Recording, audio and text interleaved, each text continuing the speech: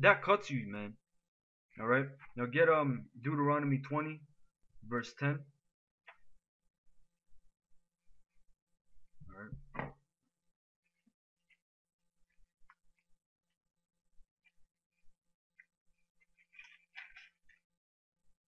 Deuteronomy chapter 20, verse 10.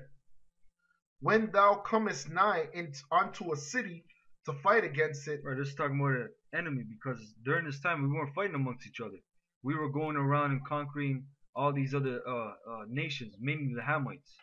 All right, we done. Says, when thou comest nigh unto a city to fight against it, then proclaim peace unto it, and it shall be, if it make thee answer of peace and open unto thee, then it shall be that all the people that is found therein shall be tributaries unto thee, and they shall serve thee. And if it will make no peace with thee, but will make war against thee, then thou shalt besiege it. And when the Lord thy God hath delivered it into thine hands, thou shalt smite every male thereof with the edge of the sword. Right, thou shalt smite every male with the edge of the sword. This is what the Moors did, man. When they attacked Sicily and Naples and those places, man. They killed the men and they took the women and spread their seed among them. Read on. It says, Salakia. And when the Lord thy God hath delivered it into thine hands, thou shalt smite every male thereof with the edge of the sword. But the women and the little ones and the cattle. There you go, the woman again, man. The reason why the woman is there, because you can take her to be your concubine, man. Read on. If she hasn't laid with a man. Yep. It says, but the women and the little ones and the cattle and all that is in the city, even all the spoil thereof, shalt thou take unto thyself, and thou shalt eat the spoil of thine enemies, which the Lord thy God hath given thee. That's right. Now jump to chapter 21 and verse 10.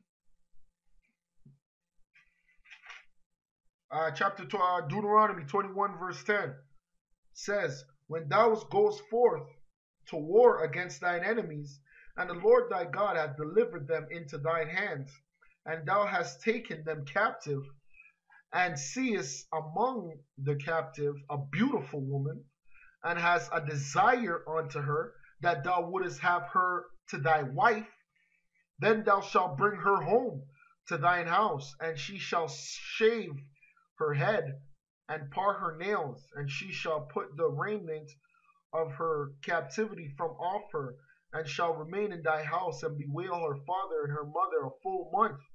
And after that thou shalt go in unto her, and be her husband, and she shall be thy wife. Yeah, that's right. Now Yahanna's talking about you guys didn't do that, man.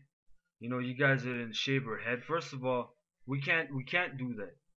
Because you don't have full control over a woman, man.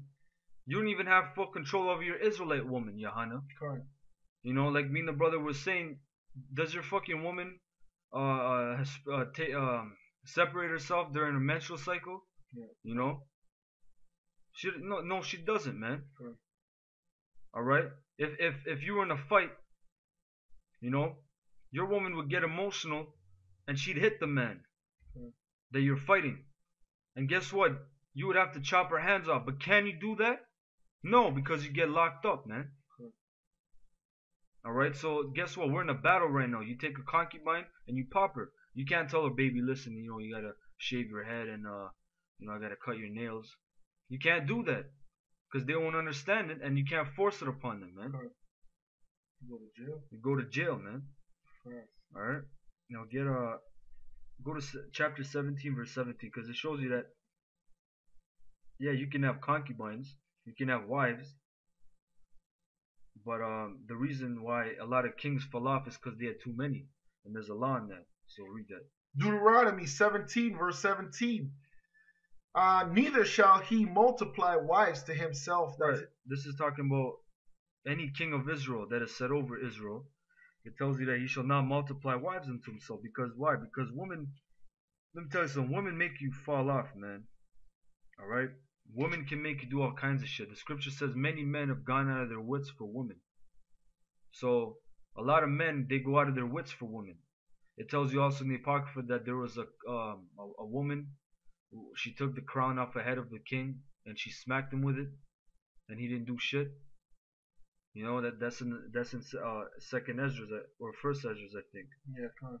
You know, so that's why the scripture don't multiply wives. I mean, is it going off if you multiply wives? No, but like Paul said, all things are lawful, but not all things are expedient, meaning profitable. Kind of.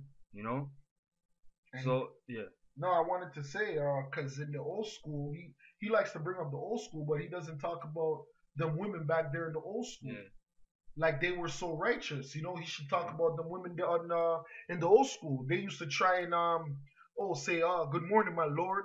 yeah, Call the brothers, oh my lord, and try to keep their head wrapped. yeah. Try to wear skirts, but they were still whores. They're still whores. They were sleeping with different men, Yep, giving them diseases. giving them diseases. So what is he talking about, man? Crazy, They're proven to be whores.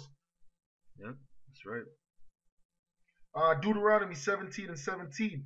Neither shall he multiply wives to himself, that his heart turn not away.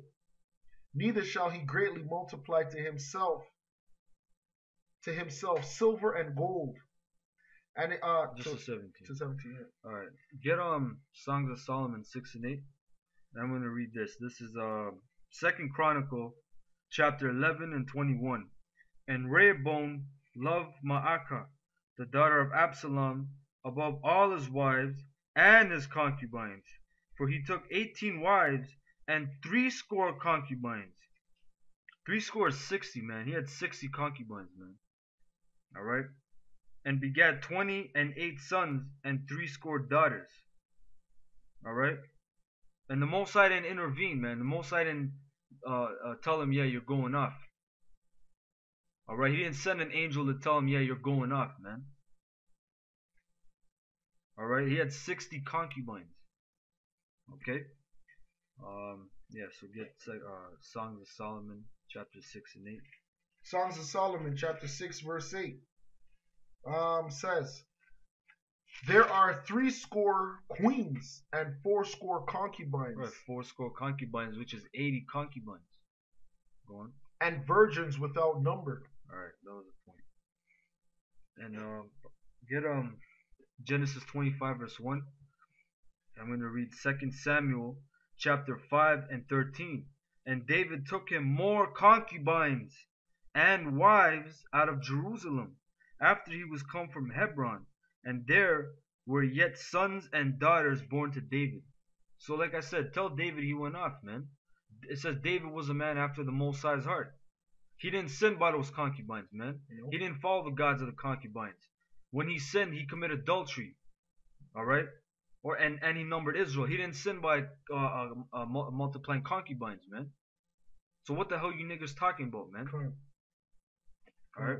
Yeah, can I say something? Yeah. So that means we have to apply that to also his son Solomon. That's right. So that means Solomon couldn't be going off by sleeping with concubines. Rehoboam. Rehoboam. You know? Exactly, man. So these guys are completely going off because that's their only argument is that Solomon. Is that Solomon? But they don't understand that scripture, man. Yeah, you know, and every other scripture disproves what the hell you're talking about, and we just read them, man. All right, so read that. Genesis 25 and 1. Then again, Abraham took a wife, and her name was Keturah. And Keturah is a concubine. She's not an Israelite. Read on. And she bare him Zimran, and Jokshan, and Medan, and Midian, and Ishbak, and Shuha, and Jokshan begat Sheba, and Dedan. And the sons of Dedan were Ashurim, and Letushim, and Leumim. And the sons of Midian, Ephah, and Epher, and Hanok, and Abidah, and Eldaah. And these were the children of Keturah. And Abraham gave all that he had unto Isaac, but unto the sons of the concubines which Abraham had, Abraham gave gifts and sent them away from Isaac his son. That's right. So the sons of the concubines, man. That you can't get any more plain than that. The Most High didn't. Abraham didn't go off, man. At all. You know. Abraham was blessed. He lived a long life. Yep. You know, he had many sons. One prominent being Isaac.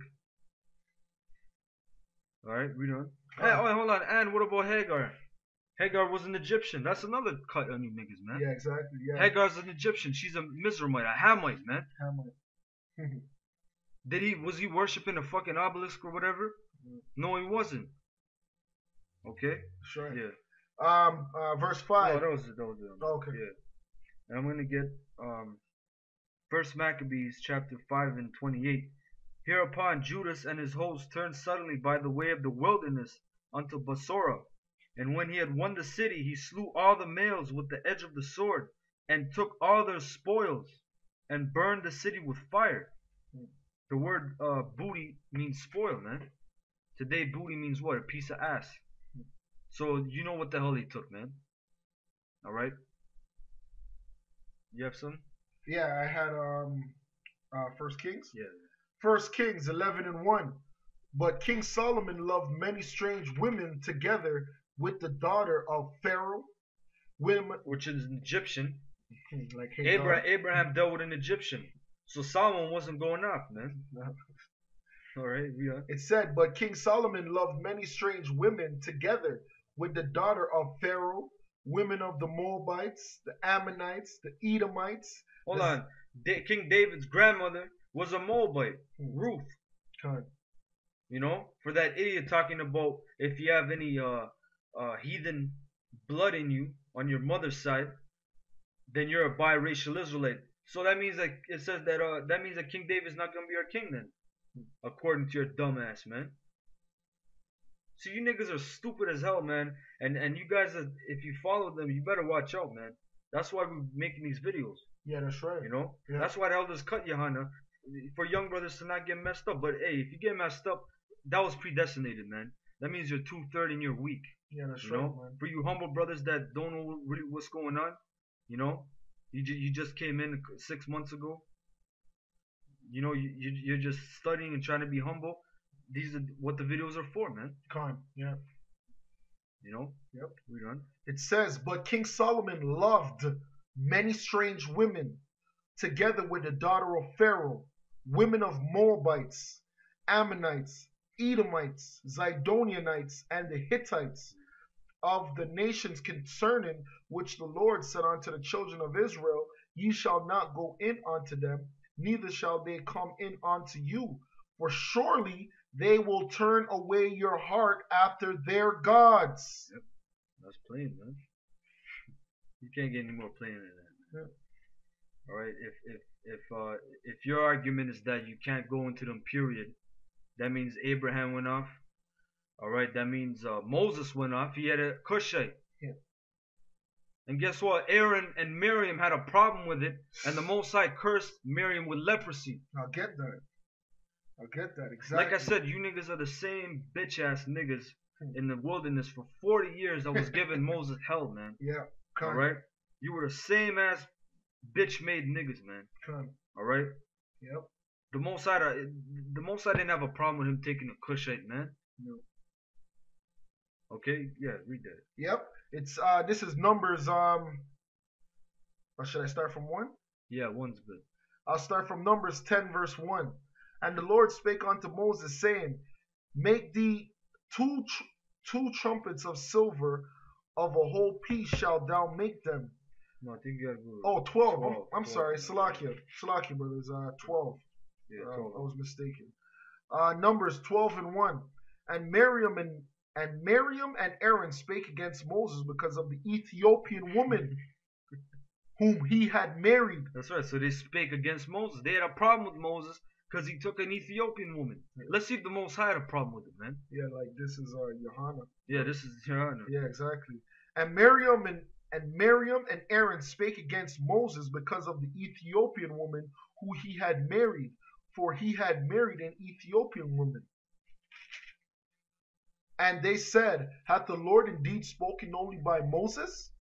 Hath he not spoken also by us? And the Lord heard it. Now the man Moses was very meek above all the men which were upon the face of the earth. And the Lord spake suddenly unto Moses and said unto Aaron, and unto Miriam, Come out ye